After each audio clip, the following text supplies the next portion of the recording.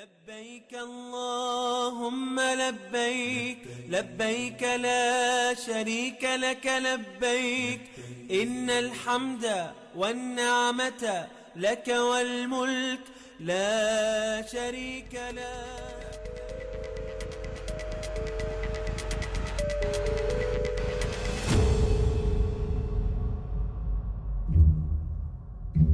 Dahulu, jamaah haji Indonesia masih mengandalkan moda transportasi kapal laut untuk menuju tanah Haramain.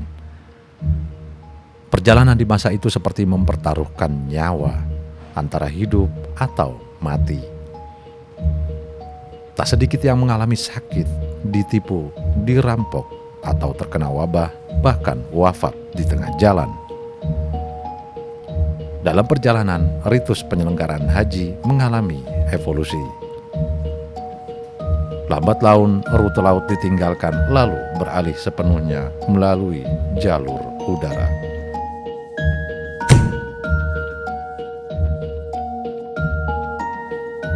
Sebelum abad 18 dan 19, tidak banyak catatan yang bisa dijumpai bagaimana jejak kaum muslim Nusantara menuju tanah Haramain guna menyempurnakan rukun Islam kelima. Kala itu, moda transportasi laut umumnya menggunakan kapal layar dan menumpangi kapal niaga. Dengan kata lain, belum ada armada laut yang beroperasi sepenuhnya melayani angkutan jamaah haji dari Nusantara menuju Mekah. Temuan Saleh Putuhena dalam historiografi haji pada awal abad ke-15 disebutkan, belum banyak pedagang Nusantara yang berada di wilayah pelabuhan Arab. Pedagang Nusantara yang berasal dari Sumatera baru dijumpai pada akhir abad ke-15, terutama di pelabuhan Aden, Yaman, dan Hormuz di Persia.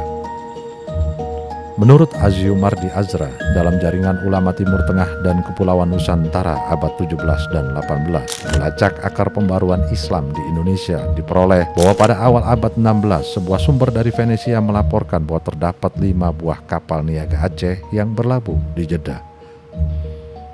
Di masa itu, berdasarkan catatan M. Din Majid dalam berhaji di masa kolonial, kapal yang mengangkut jemaah haji adalah kapal dagang milik orang Arab dan India yang sebagian besar bersandar di Temasek atau Singapura. Waktu tempuh perjalanan menuju Tanah Suci bisa berbulan-bulan lamanya. Oleh sebab armada laut di masa itu masih menggunakan layar atau mengandalkan dorongan angin laut dan belum ada kapal motor atau kapal uap. Jauh sebelum bangsa Eropa singgah, para pedagang muslim dari sejumlah kawasan telah membangun jaringan perniagaan yang tumbuh pesat di Nusantara pada abad ke-13 hingga abad ke-15. Kronik Tom Pires, seorang penulis dari Portugis, mencatat kontingen pedagang Gujarat memulai debut awal membangun jaringan niaga di Nusantara, diikuti pedagang dari Asia, Jazirah Arab, Persia, dan sejumlah daerah di Timur Tengah.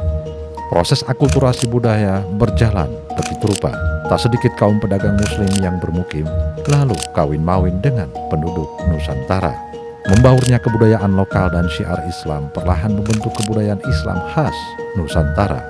Saleh Putuhena mendapati bahwa kaum muslim Nusantara yang kala itu pergi ke Tanah Suci umumnya tidak diniati untuk beribadah haji. Adapun pelaksanaan ibadah haji lebih disebabkan misi dagang, delegasi sultan, atau mereka yang diniati untuk menuntut ilmu agama di bumi Haramain. Di kemudian hari, terbangunlah sanad keilmuan para ulama Nusantara.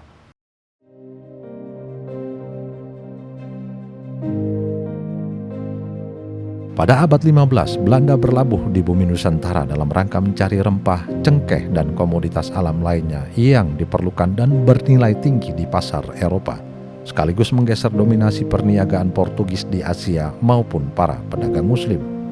Melalui perusahaan dagang Hindia Timur atau Verenigde Oost-Indische Compagnie atau VOC, ekspedisi niaga itu dipimpin oleh Cornelis de Houtman yang pada tahun 1562 melabuhkan kapalnya ke Banten. VOC mulai beroperasi penuh di sejumlah wilayah Nusantara pada abad 1600-an hingga akhir abad 18. Setelahnya, VOC dinyatakan bangkrut oleh sejumlah faktor, antara lain wabah korupsi para pegawainya, maraknya perlawanan dari rakyat Indonesia yang banyak menguras biaya, serta kemenangan Napoleon Bonaparte dalam Revolusi Prancis yang tentu saja berdampak pada jatuhnya Belanda di bawah kuasa Prancis.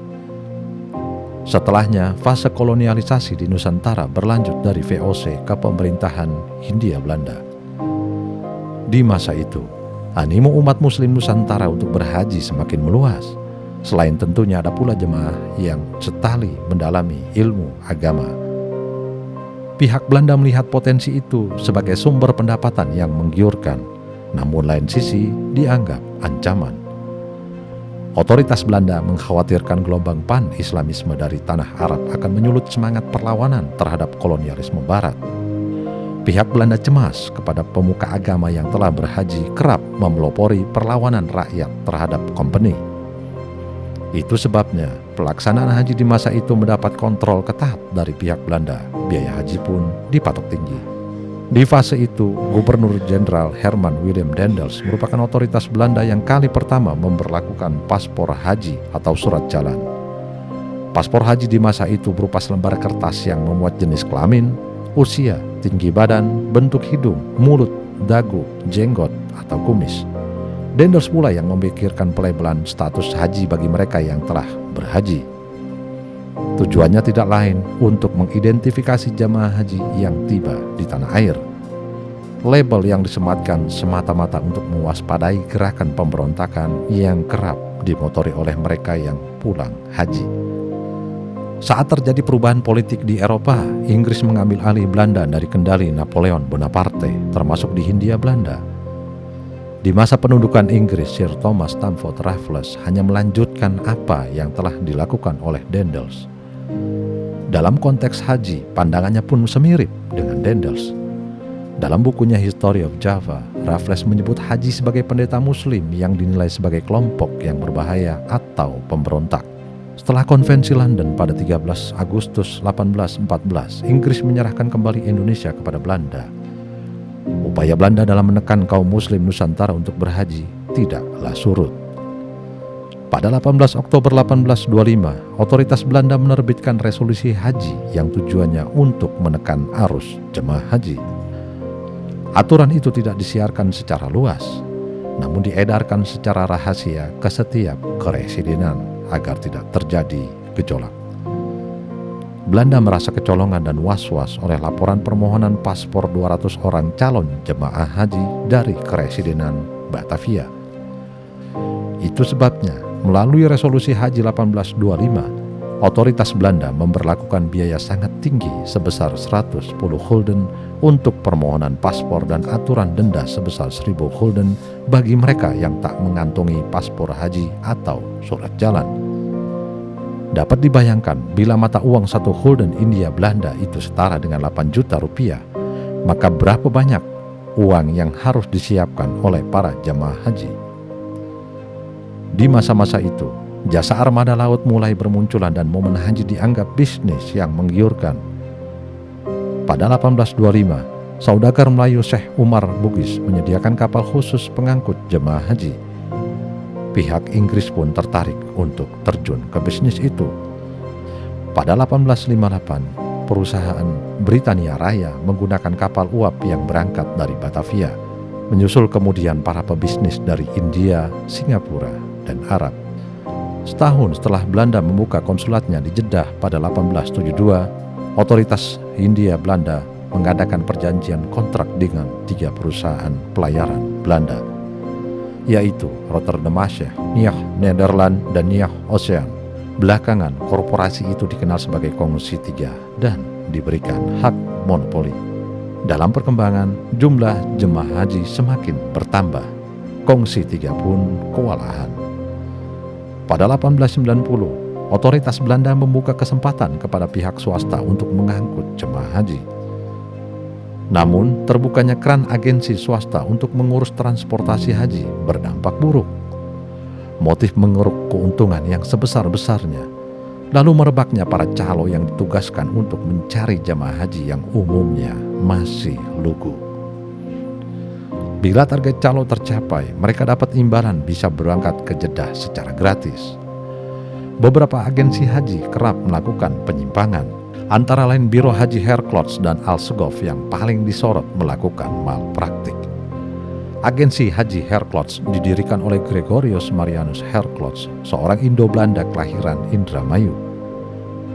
Berbekal izin konsul Belanda di Jeddah, Herklotz memulai bisnisnya dengan mencarter kapal uap British India Steam Navigation Company Limited yang memulangkan jemaah haji dari Arab ke Jawa. Saat membutuhkan suntikan modal, Herklotz berhasil menipu Syekh Abdul Karim, salah seorang penguasa Mekah. Kepada Syekh Abdul Karim, Herklotz mengaku bernama Haji Abdul Hamid. Ia pun mendapat modal bantuan sebesar 150.000 gulden. Meski telah disuntik modal, Herklotz tetap saja melakukan aksi pemerasan kepada jemaah haji yang ingin kembali ke tanah air. Meski telah membayar ke agensi Herklotz begitu mahal, jemaah tetap harus merogoh kocek dalam-dalam untuk perjalanan dari Mekah ke pelabuhan Jeddah. Tiba di Jeddah, jamaah juga tidak bisa lekas pulang, mengingat kapal yang disewa oleh Herklotz tak sebanding dengan jumlah jemaah haji yang harus dilayani. Akibatnya, lebih dari 2.000-an jemaah haji yang terkatung-katung di Jeddah sambil menunggu kapal charteran tiba. Meski kapal charteran Herklotz berjenis Samoa itu bertonase besar, namun kapal ini tidak menjamin sarana kesehatan maupun keamanan, terlebih juga melampaui kapasitas. Sehingga di atas kapal, para jemaah harus berjubel tanpa ventilasi yang memadai dari dek atas hingga bawah. Din Majid dalam buku Berhaji di Masa Kolonial mengisahkan kesaksian seorang istri yang kehilangan suaminya dan harta bendanya saat menumpangi kapal milik Herklotz itu oleh sebab hantaman badai di tengah laut. Dilaporkan saat badai menerjang kapal, 100 orang dinyatakan meninggal. Belakangan diketahui bahwa kapal Samoa yang disewa oleh Herklotz merupakan kapal pengangkut batu bara dan tidak dirancang untuk mengangkut penumpang. Atas insiden itu, Herklotz sempat dibawa ke meja hijau, namun dalam persidangan ia dinyatakan tidak bersalah. Sementara malpraktik yang dilakukan oleh agensi Al-Segov yang dipunyai oleh Muhammad bin Ahmad Al-Segov adalah mengakali para jemaah haji yang tak punya modal untuk berhaji dengan cara memberikan hutang dan terikat kontrak kerja untuk menjadi budak di perkebunan Al-Segov di Pulau Cocos, Australia.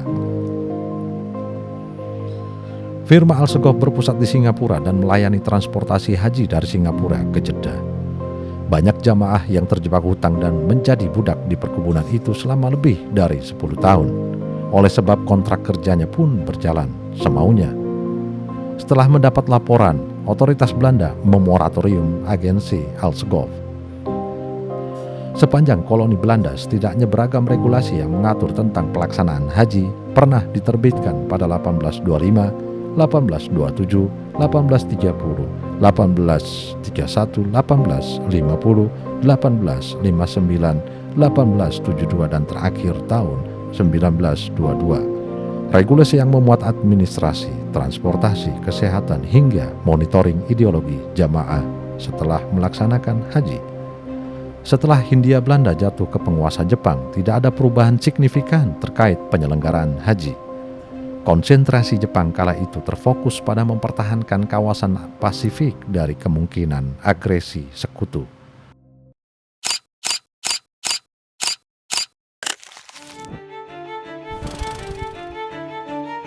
Setelah Jepang menyerah kepada sekutu, Indonesia kembali diokupasi Belanda.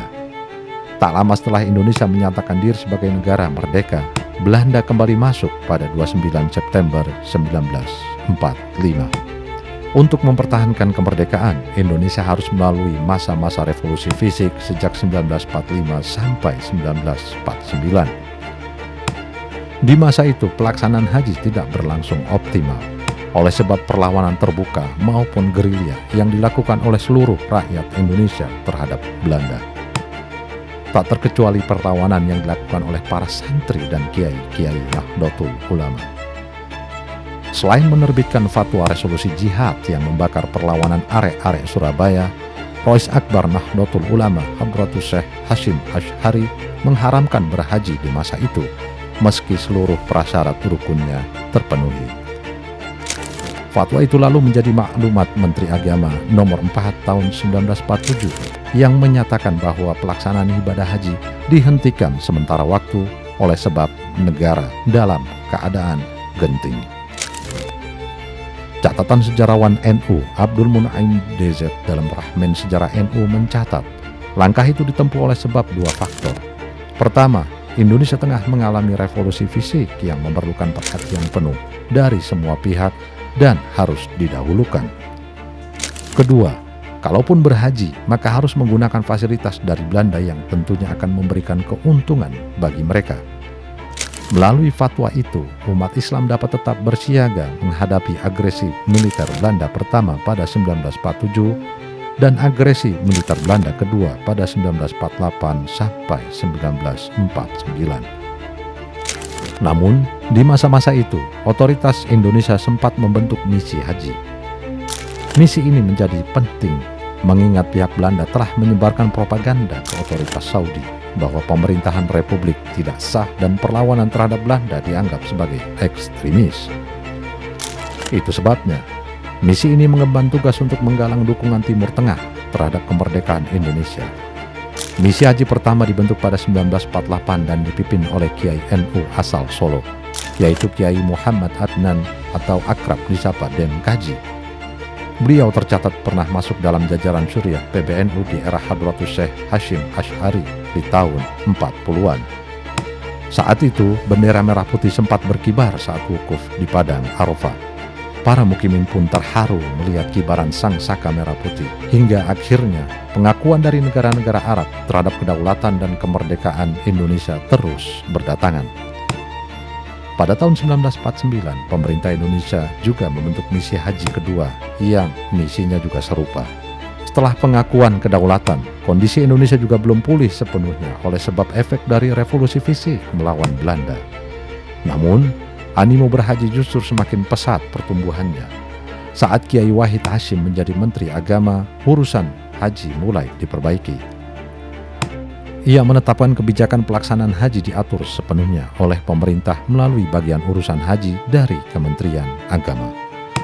Dalam pelaksanaannya, pemerintah bekerja sama dengan Yayasan Perjalanan Haji Indonesia atau PHI. Kebijakan ini dimaksudkan untuk memudahkan penyelenggaraan ibadah haji dan menyelamatkan calon jemaah dari malpraktik pihak-pihak tertentu. Yayasan PHI sendiri dibentuk sebagai rekomendasi dari Kongres Muslimin Indonesia pada Desember 1949 yang secara formal baru berdiri pada 21 Januari 1950. Di masa-masa itu, pemerintah mulai menerapkan sistem kuota haji, dahulu disebut kuotum untuk setiap daerah. Begitu pula dengan ketentuan haji bagi pegawai negeri yang hendak pergi berhaji yang berhak mendapat cuti selama 3 bulan. Pada musim haji 1952, jumlah jemaah haji membludak untuk ukuran pada masa itu. Sebagaimana catatan Kementerian Agama yang mencatat 14.000-an jemaah haji diberangkatkan. Di masa itu pula, secara perdana pemerintah membuka layanan transportasi udara. Meski tiketnya lebih mahal 2 kali lipat dari armada laut. Itu sebabnya mayoritas jemaah haji masih memilih transportasi laut. Dalam catatan, jumlah jemaah haji yang berangkat menggunakan kapal laut sebanyak 14.031 orang dan pesawat sebanyak 293 orang. Pada tahun 1952, pemerintah membentuk PT Pelayaran Muslim sebagai satu-satunya panitia haji. Dalam perkembangan, pada 1960, pemerintah menerbitkan aturan pertama tentang penyelenggaraan ibadah haji melalui Peraturan Presiden Nomor 3 Tahun 1960 yang kemudian dibentuklah Panitia Negara Urusan Haji yang berganti nama menjadi Panitia Pemberangkatan dan Pemulangan Haji. Namun, lembaga ini kemudian dibubarkan pada 1964 dan kewenangannya diambil alih oleh pemerintah melalui Dirjen Urusan Haji. Setahun kemudian, pemerintah melibatkan PT Arafat dalam penyelenggaraan urusan haji yang khusus melayani perjalanan laut dan mampu memberangkatkan 15.000-an jamaah haji. Namun pada tahun 1975, PT Arafat dinyatakan pailit setelah mengalami kendala keuangan dan gagal memberangkatkan jemaah haji. Pada tahun 1979, melalui keputusan Menteri Perhubungan, pemerintah memutuskan untuk meniadakan angkutan kapal laut dan sepenuhnya menetapkan bahwa angkutan haji hanya dilakukan melalui pesawat. Selain harga tiketnya yang berangsur terjangkau, melalui pesawat rute perjalanan juga semakin singkat. Dan mulai saat itulah hingga kini layanan transportasi haji sepenuhnya menggunakan jalur udara.